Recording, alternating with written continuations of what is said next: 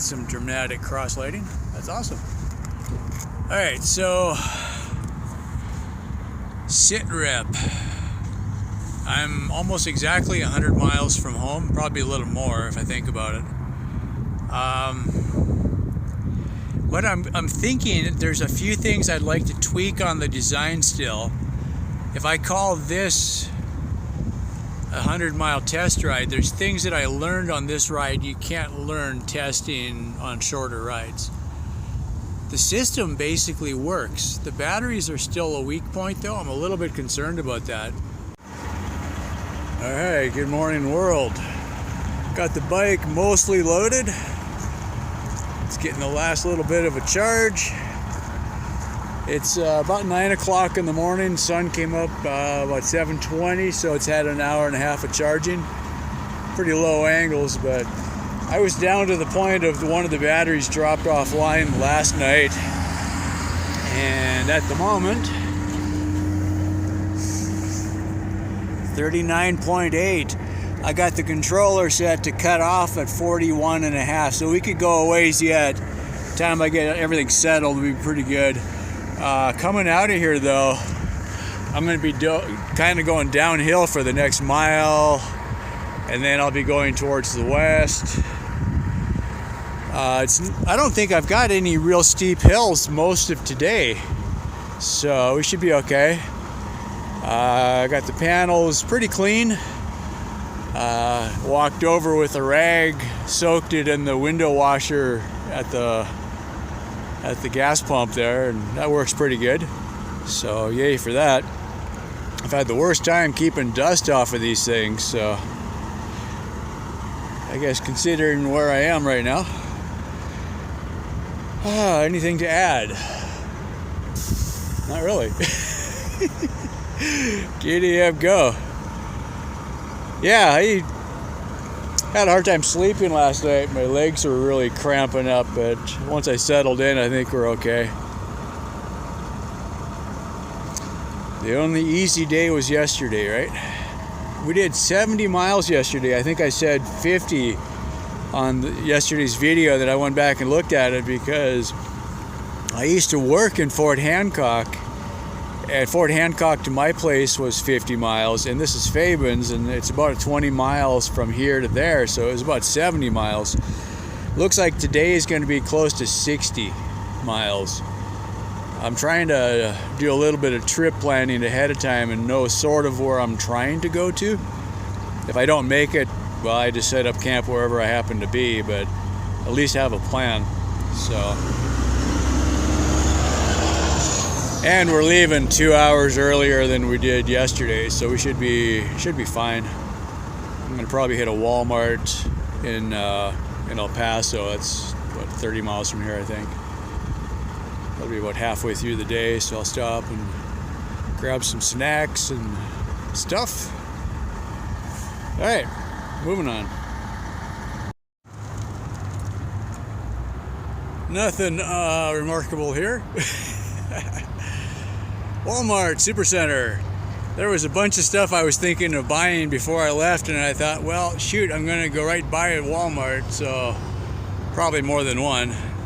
Doesn't make sense to buy more stuff than you actually need at the moment, so get a little bit as you go. Yeah. Just the littlest bit of cloud cover today, but it's slowing my solar down a little bit, so I got it all parked into the sun here, and figure it's 11 o'clock now. We're doing okay on time. I'm not really watching miles or miles per hour right now. I'm still getting into the groove. I'm feeling it from yesterday, so anyway, figure we'll probably take a 20-minute pit stop here and be on the road.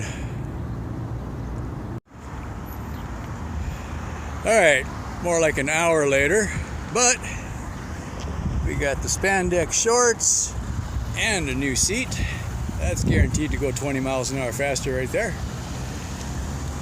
What is that, an hour stop and $100 worth of stuff, but hey, this stuff should last the rest of the trip.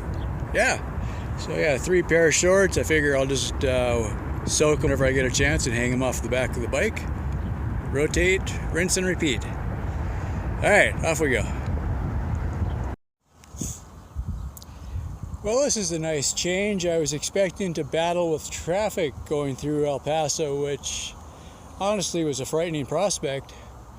So I got some GPS apps on the phone, and I told it bicycles.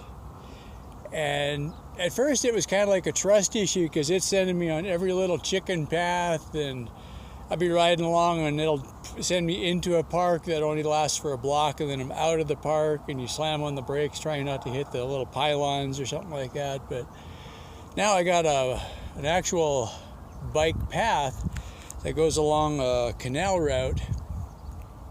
The slightly annoying part, which I hate to complain, but sometimes the bike path is on one side and sometimes it's on the other, so you gotta, you're still crossing streets, and then you gotta decide where the bike path actually is. The GPS is doing a pretty good job of getting me to it. I'm just not used to, I'm riding and I'm thinking, I'm looking to turn on a road, and all of a sudden it's like, no, turn now, and you're like, that's not a road. After 0.2 of a mile, turn left onto Crew. But it's got voice prompts, so that's kind of cool.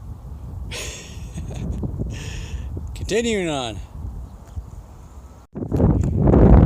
Okay, that's about as scared as I want to be on a day like today. Almost pooped in my brand new shorts. Okay. Kind of a steep hill coming down. So the GPS is really trying to keep me alive by taking me on this really nice scenic route away from traffic and everything. So it sends me up this insanely steep hill, which I think if I just had the bike with no solar and no electrics, and this bike has got really low gearing, I think I could have pedaled up there, but there's no way with all of this extra weight, even with the motor. I would have just zapped my batteries again. So I'm like, okay, I started backtracking. I'm like, okay, so I follow this down, and you can't see it, but there's a big mountain in the middle of El Paso, so we're just kind of going around the mountain. Okay, so when I bought these wheels, they came with disc rotors installed, and they included the basically the caliper that grabs on the rotor. So none of my bikes were set up for disc brakes. So when I was doing Turtle, the recumbent project, I made this as part of the front steering suspension setup. And when I got to doing this, I'm like, well, that basically worked. I'd already figured out the angle. So that the way that this would work, you'd slot this over the axle, and when you're braking, it would push up against the fork, you know. And it worked pretty good for 2 days.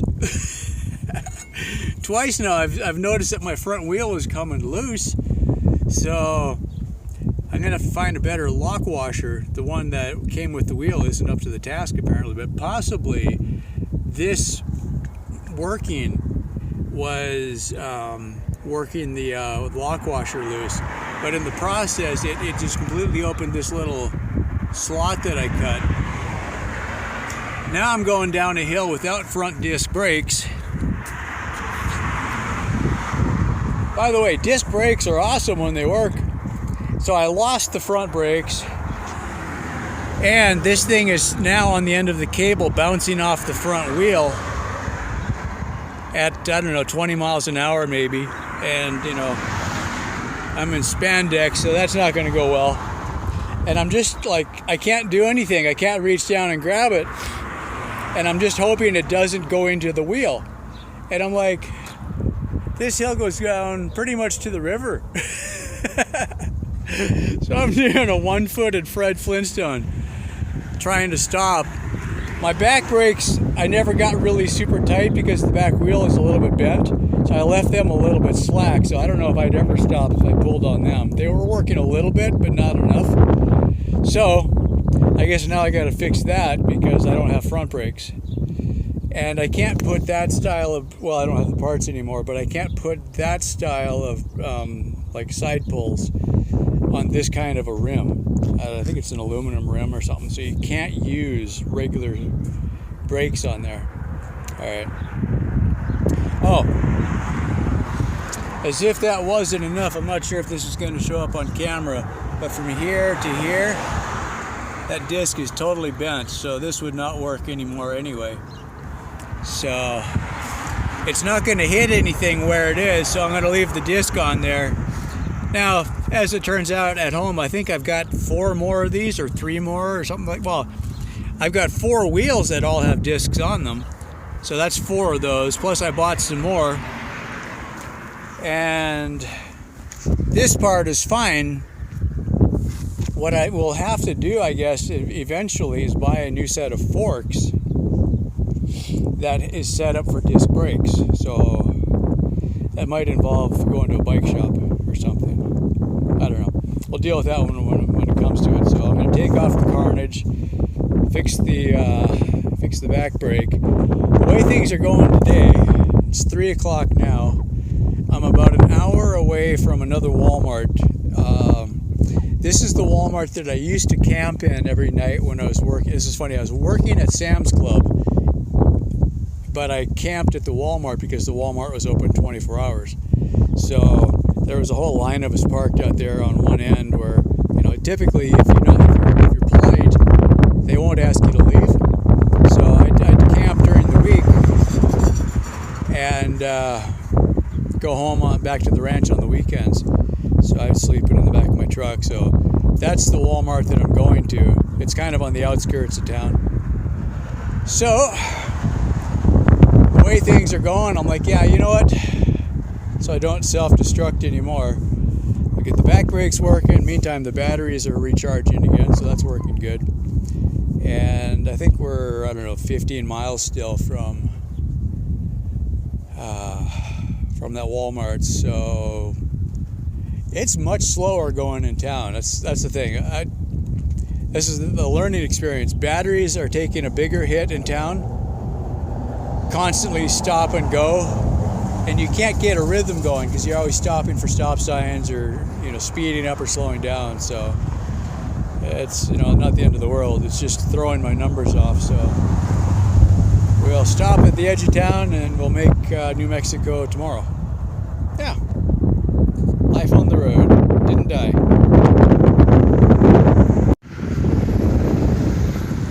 Well, end of another day.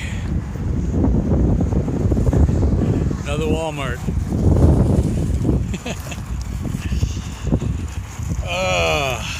Okay, so I'm going to include that clip of the disc brake. Batteries were doing really well today. I think as much as anything, if I don't push them to the last 10%, I could be fine. Also, I'm really liking this new seat, so that's positive. Yeah. Oh, that's some dramatic cross lighting. That's awesome. All right, so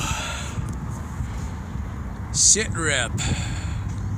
I'm almost exactly 100 miles from home, probably a little more if I think about it.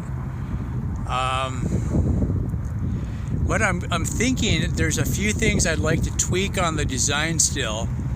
If I call this a 100-mile test ride, there's things that I learned on this ride you can't learn testing on shorter rides.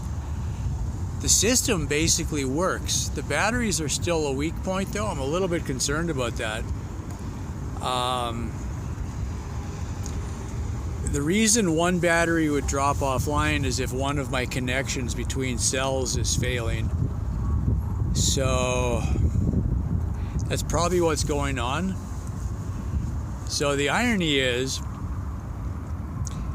this was what I called the small battery. The small battery has been utterly reliable up until now. The big battery, the one that was 3 times the capacity, is the one that constantly was giving me trouble.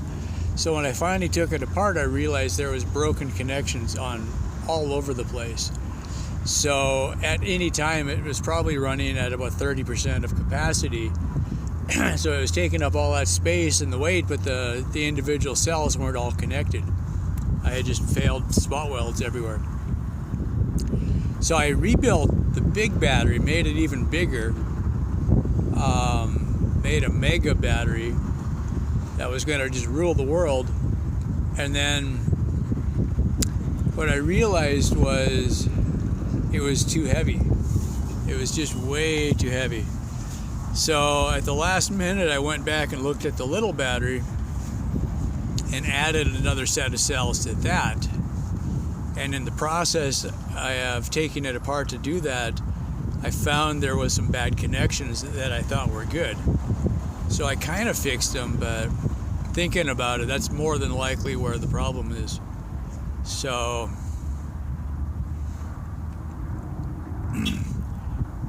with the amount of weight that I'm carrying on the trailer, I don't have enough brakes to stop safely. Today in traffic was very enlightening and frightening and terrifying. So I know I gotta fix that, and if I'm gonna go like across mountain ranges, I really think I want to have as good of brakes as I can. So thinking about it, it's like, well, it took me 2 days to get here, 2 or 3 days to get home because now I'm tired. Also, the nice big downhill that I had, now I have to go up that hill. But it's not super steep. I think the bike can handle it. Also, if I leave at a decent time in the morning, that should make a difference. So I might be able to make it home in 2 days again, so stop about halfway. And yeah. So that's kind of what I'm thinking.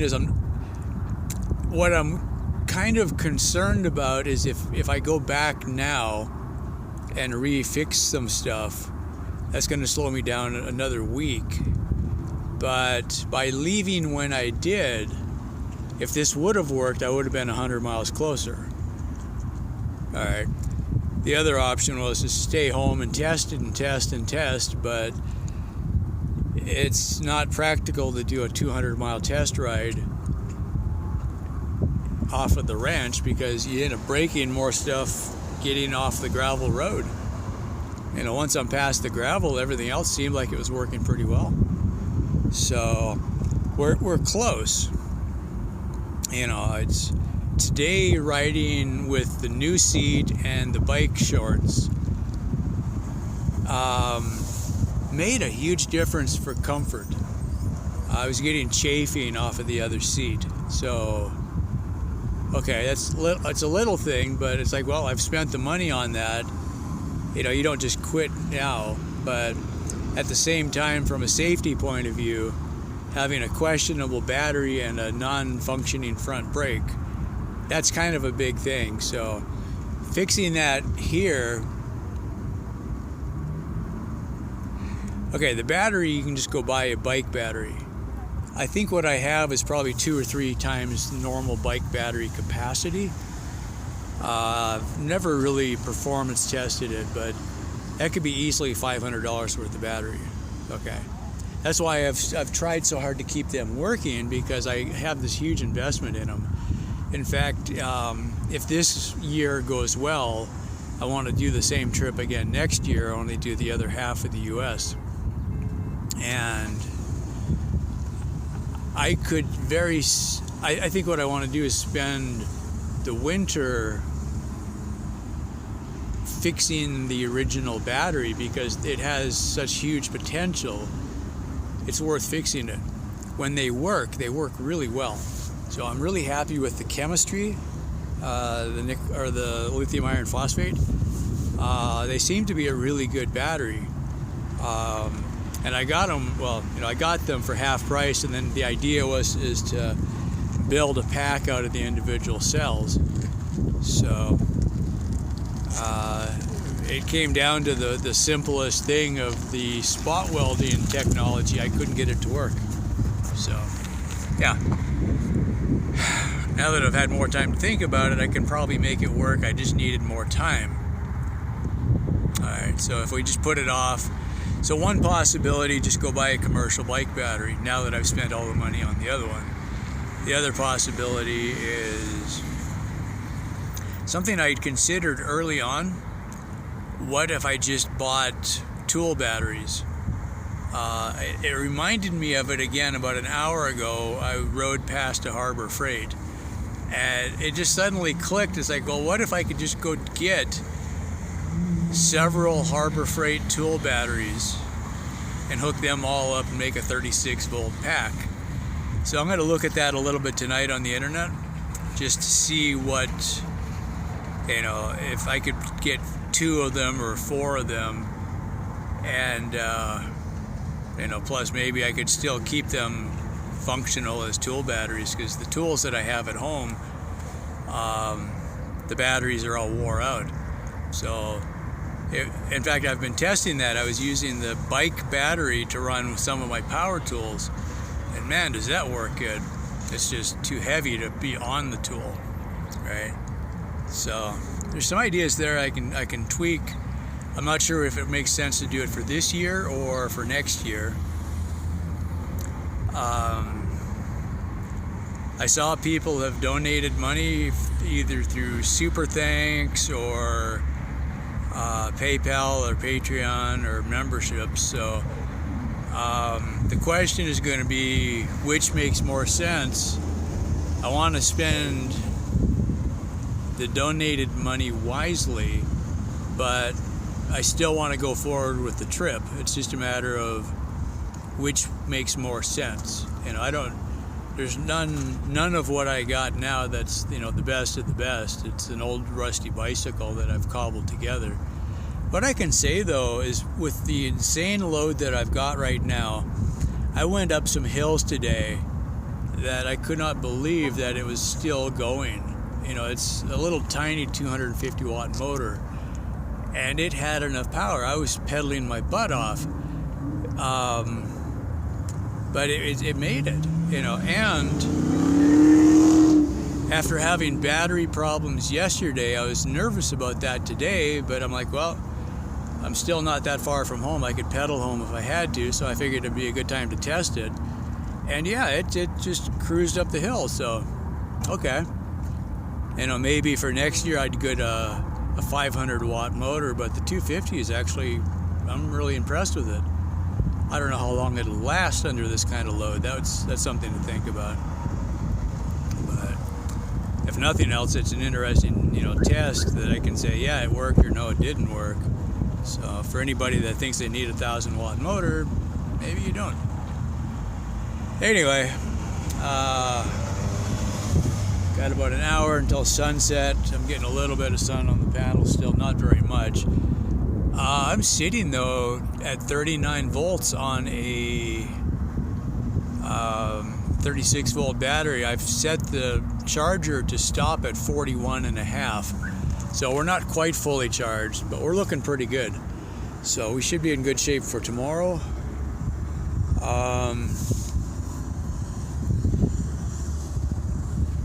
Yeah, I'm about 90% sure right now that I'm going to turn around and go home. It'll be about a 2-day ride home, so that's going to slow me down. Plus, I spent, 3 days trying to leave home already. So I'm already a week behind schedule. But it didn't make sense to run into, going into New Mexico. And I'm going to be riding through the Badlands. I'm not going to be going close to civilization for parts of it, so having problems already, yeah, maybe a good time to reevaluate. Not quitting, just we'll take a pause and we'll tweak it a little bit more. So anyway, stay tuned. Thanks for all your support. I do appreciate it, and we'll keep you posted. All right, bye for now.